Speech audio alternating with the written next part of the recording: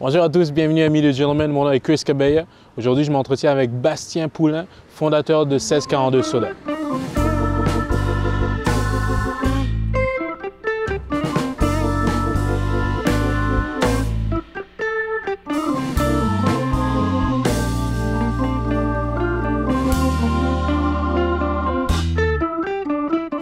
Donc Bastien, bienvenue Amis de Gentlemen et puis merci beaucoup de nous recevoir ici donc à vos bureaux en fait. Oui.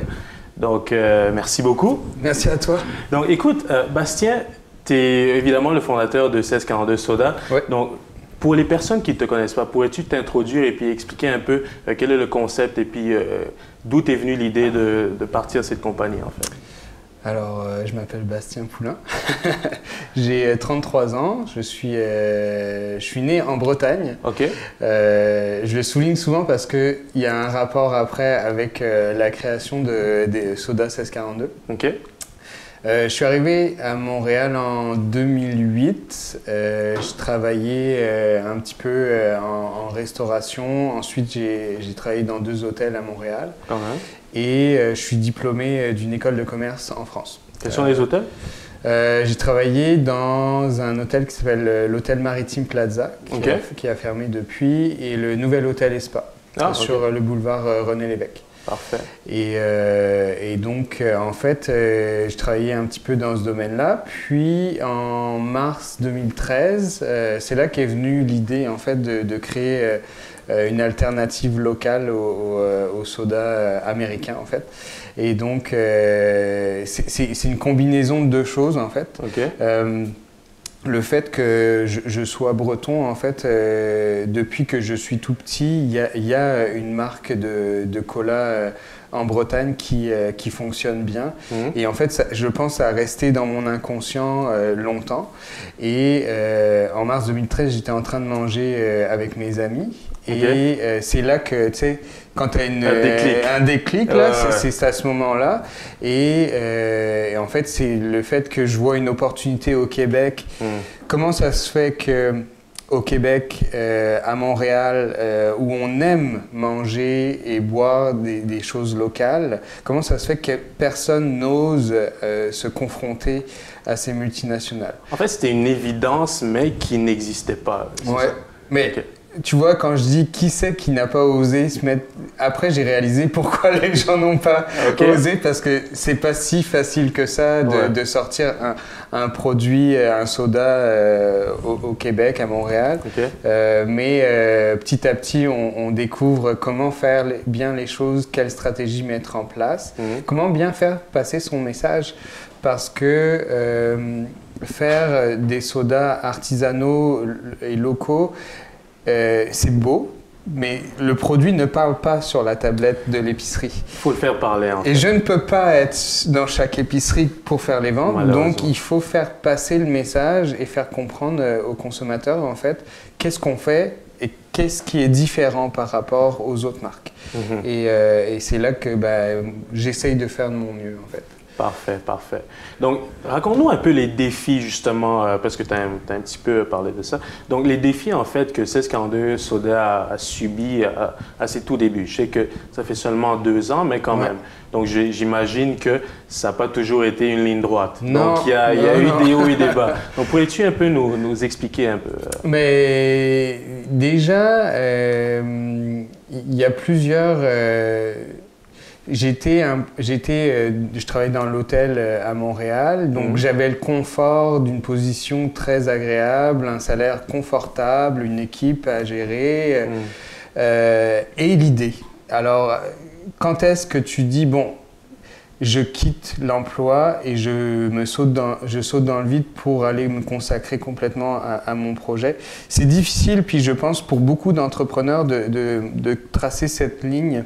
Effectivement. Parce que on sait pas qu'est-ce qui va se passer. C'est vrai. Et on a toujours peur du vide et de l'inconnu. Alors, ça a été pour moi ma première difficulté personnelle. Mais une fois que j'ai fait le pas, Après, plus rien ne pouvait m'arrêter parce que j'étais au dos du mur et je devais juste écrire une page sur une page blanche. Donc, quand tu es convaincu, c'est ça le truc, c'est que les entrepreneurs qui décident un petit peu de garder leur emploi, etc., c'est pas forcément la meilleure stratégie parce que t'as pas cette angoisse-là. Je mange quoi, moi, à la fin du mois si j'en vends pas? Et là, tu trouves des moyens, tu trouves des systèmes, tu crées ton réseau pour que ça fonctionne. Donc ça a été la première difficulté. Après, c'est sûr que je suis pas chimiste. On fait comment un cola? On fait comment un soda au gingembre? Donc j'ai été chercher des consultants, des gens qui m'ont aidé, qui ont cru aussi au projet, parce que trouver juste un chimiste avec un mandat, fais-moi une boisson. Bon, mais le gars croit au projet, t'accompagne et te donne finalement ses meilleures idées pour que ton produit soit d'une qualité, d'une meilleure qualité. Voilà. Parfait. Ensuite, essai-erreur, j'ai enregistré une marque de commerce qui était déjà utilisée en Colombie-Britannique par une marque de bière. Mais tu le sais 8 mois après, c'est ça qui est génial. Tu avais déjà déboursé les sous. Ben oui, oui. L'Office de la propriété intellectuelle m'a envoyé un courrier pour me dire êtes-vous le propriétaire de cette haute marque de commerce en Colombie-Britannique?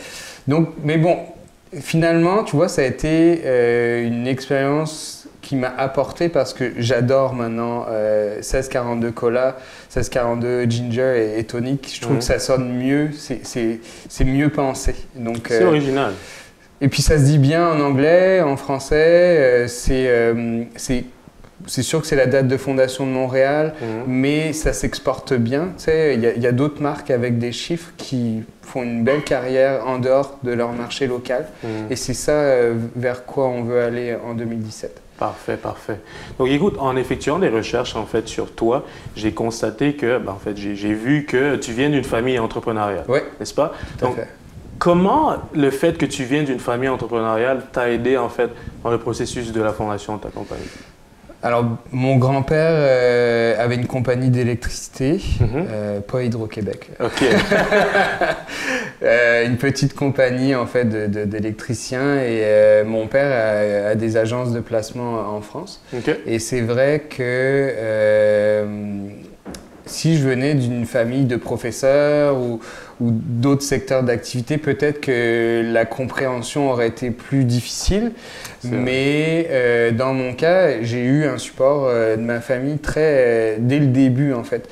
C'est sûr que si j'étais arrivé avec une idée médiocre où mon père aurait fait comme je suis pas certain, je pense qu'il aurait eu l'honnêteté de me dire tu vas te casser la figure parce que c'est pas une bonne idée. Mais là, j'ai expliqué à mon père, il connaît le succès de la marque en Bretagne et il a vu comme moi une opportunité en fait, même s'il habite pas au Québec, d'aller vers ça. Puis il m'a donné confiance en fait. Il m'a donné des ailes pour que je puisse me lancer. C'est la limite quand tu vas dans le vide. Ouais, c'est ça. Ça aide. Ça aide, parfait. Mais dis-moi, là, tu as mentionné le fait que tu es arrivé au Québec en fait en 2008, n'est-ce pas? À la base, c'était pourquoi tu es venu au Québec, tu es venu t'installer ici? J'ai terminé mes études dans le sud-ouest de la France. J'ai travaillé en Chine, j'ai travaillé en Espagne en fait, pour moi, il n'était pas concevable que j'allais voir que la France dans ma vie. Donc, je trouvais que Montréal était un bon compromis entre l'Amérique du Nord et l'Europe. Et donc, en fait, je me sens vraiment bien maintenant ici.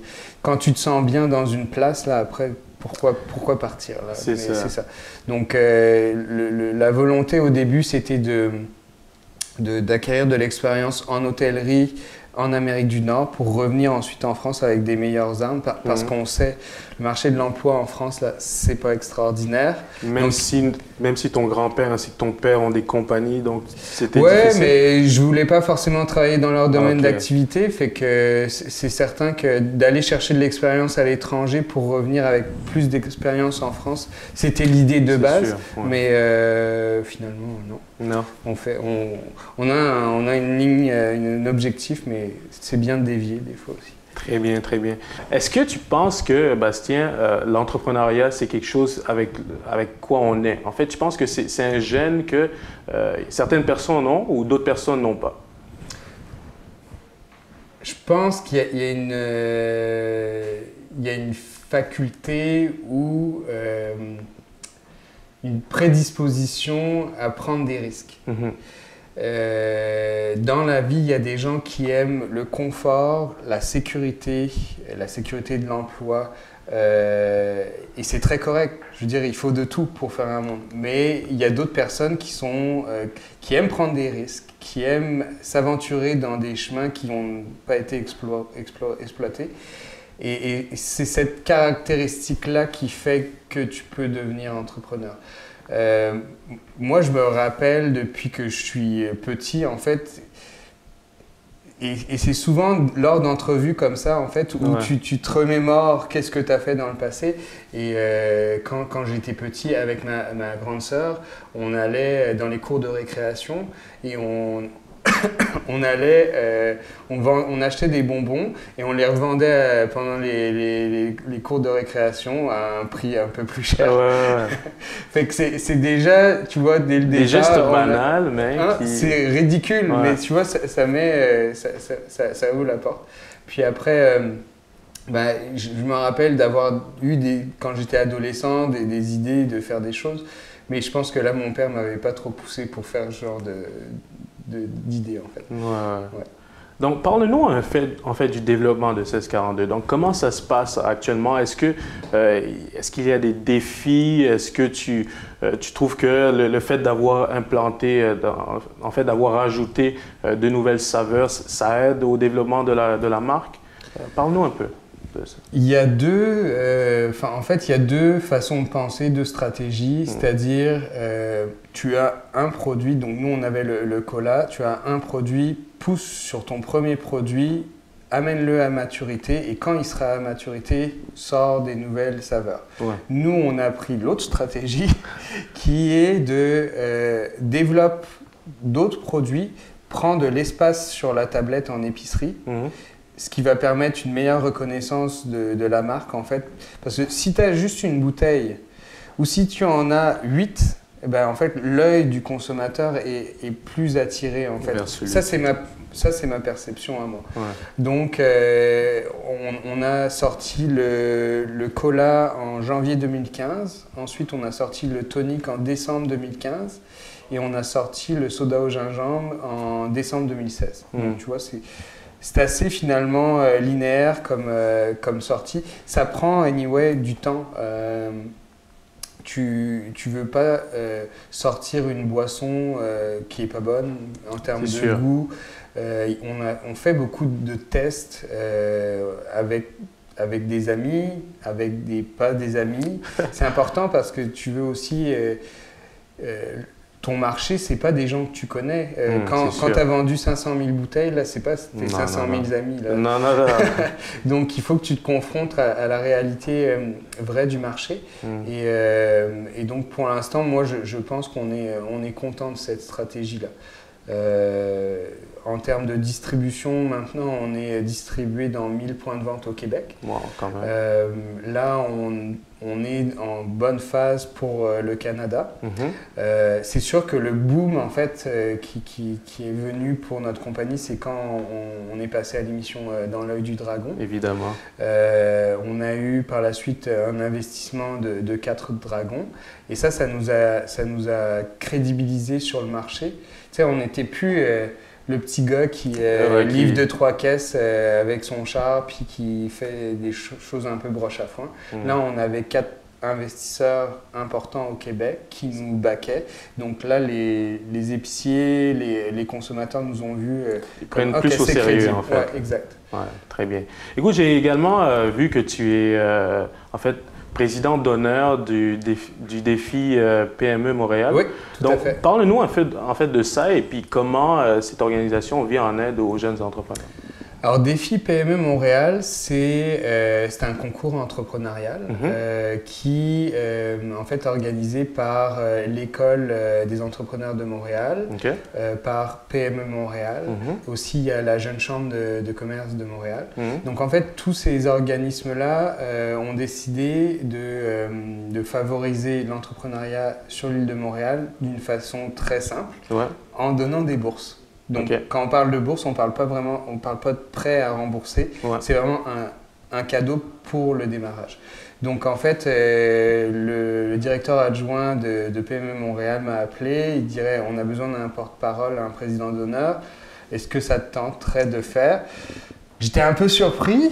J'ai dit, c'est très gentil. En fait, pourquoi ils ont choisi moi plutôt que quelqu'un d'autre, c'est qu'ils voulaient un entrepreneur quand même démarrage ou post-démarrage qui allait rejoindre la communauté entrepreneuriale. Puis mon nom est sorti assez rapidement. Donc le but du jeu, c'est d'avoir quand même le plus d'inscriptions possible pour ce défi. Il y a plusieurs catégories, puis il y a jusqu'à 70 000 $ de bourses à gagner.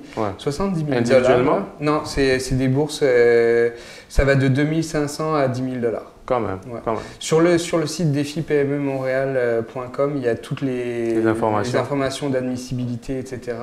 Mais c'est vraiment, moi si j'avais pu avoir ça, là, ça aurait été, ça aide. Tu commences, fait que tes revenus sont assez bas, puis là tu as une aide, fait que puis en plus de l'aide financière, tu as quand même le support de ces organisations-là, tu as de la visibilité en plus, sûr. Donc ça aide.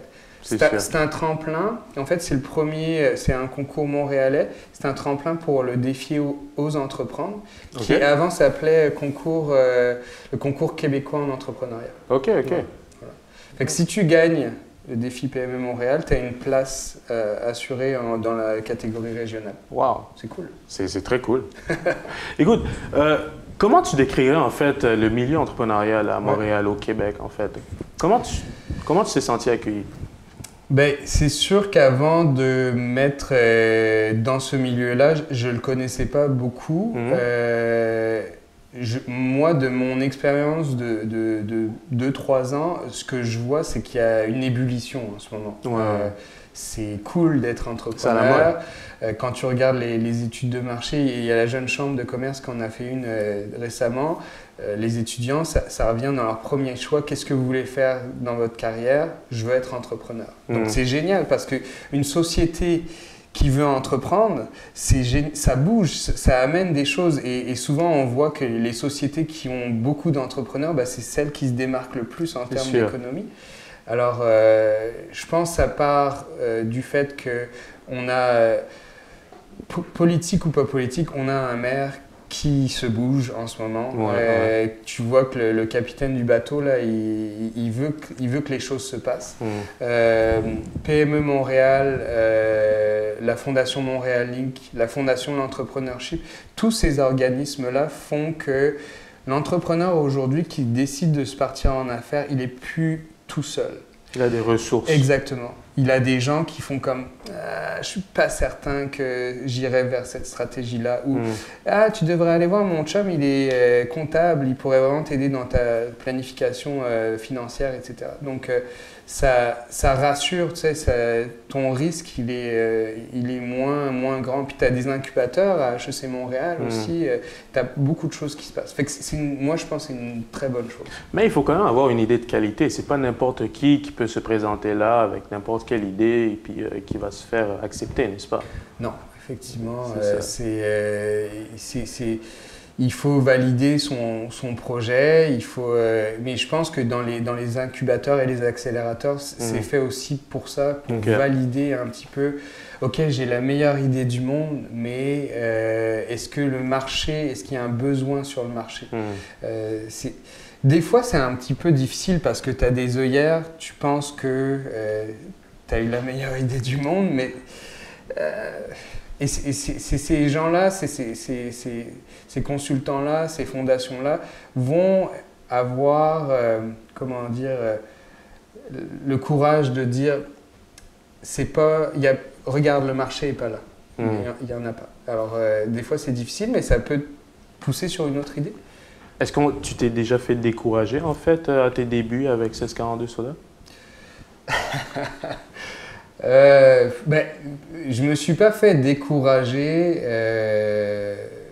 mais je vais vous donner une petite anecdote, c'est que donc je suis français, je suis immigrant au Canada.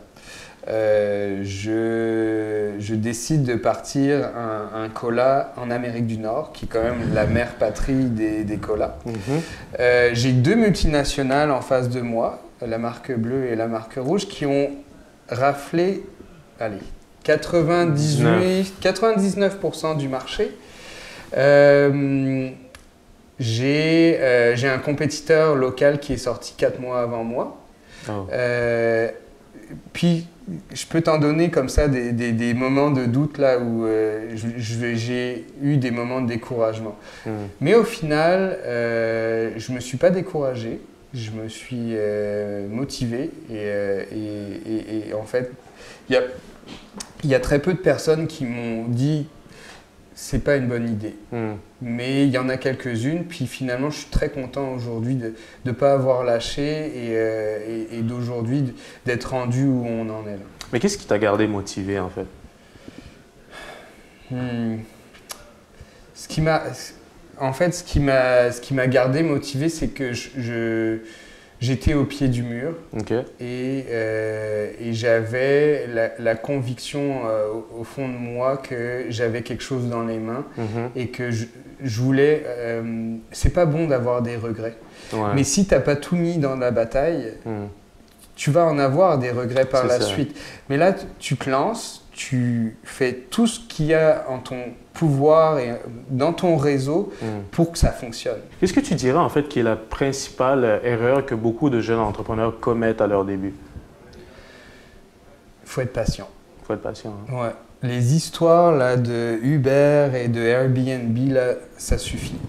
Il faut être patient. De créer de la richesse, de créer des ventes, c'est difficile. Donc, c'est sûr qu'il faut, quand on se lance en affaires, le plus longuement on peut se préparer, je trouve que c'est stratégique, autant du côté financier. On se dit, allez, sur les 12 prochains mois, je ne vais pas avoir de salaire, je ne vais pas avoir de revenus. Comment je fais ? Est-ce que je prends un petit job le vendredi et samedi soir ? Est-ce que je ne sais pas, trouvons des moyens pour ne pas avoir cette contrainte de qu'est-ce que je mange à la fin du mois. Parce qu'il ne faut pas compter sur son entreprise, moi je pense, dans la première année pour avoir des revenus.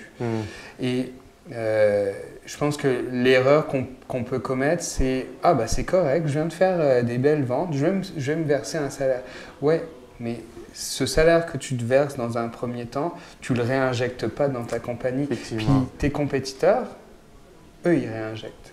Puis eux, ils font du marketing. Et eux, ils font de la publicité et ils vont chercher des parts de marché pendant que toi, tu as décidé de te payer. Exactement. Donc, c'est ce que je me suis appliqué et je pense que ça a quand même fait une différence.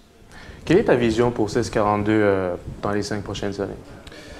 C'est certain que on commence à avoir une assise au Québec qui est pas négligeable. On travaille quand même sur la répétition puis la récurrence d'achat parce que il y a une curiosité, mais on veut que les gens quand même achètent de façon plus ou moins régulière nos produits. Cette année, en fait 2017-2018 est la transition de 1642 vers le Canada. Donc, on passe à Dragon's Den le 22 mars prochain. Je peux rien te dire sur ce qui s'est passé, mais ça va être une belle émission. Et donc, en fait, on veut... en fait, on part du principe que 1642 est faite au Québec, mais est faite au Canada. La tendance de manger canadien et boire canadien est vraie de Halifax à Vancouver. Fait que c'est juste d'adapter notre message. Les États-Unis.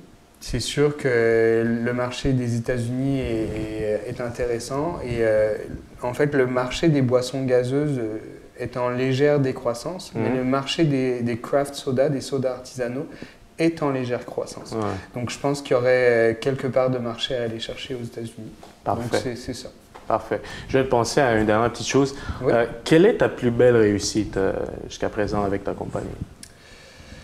Alors la plus belle réussite, elle est assez simple, c'est-à-dire que quand moi je suis arrivé à Montréal, je me suis fait accueillir, pas les bras ouverts, mais j'ai tout de suite trouvé ma place à Montréal.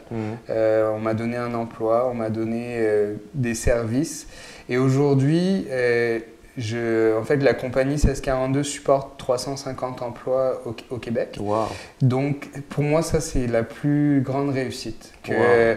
en étant immigrant au Québec, je puisse à mon tour redonner, c'est créer de la richesse sur un pays qui n'est pas ton pays de naissance. Ouais. C'est cool, c'est Wow. le fun. Je trouve que Ouais. c'est le fun. C'est vraiment, c'est quelque chose en fait. Ouais. Moins de 10 ans après en plus. Exact. Wow. Écoute, merci beaucoup de Merci nous à avoir toi. reçus. Et puis, on va certainement continuer à regarder l'évolution en fait de Parfait. 1642. À Merci bientôt. Bastien. Salut. Cut!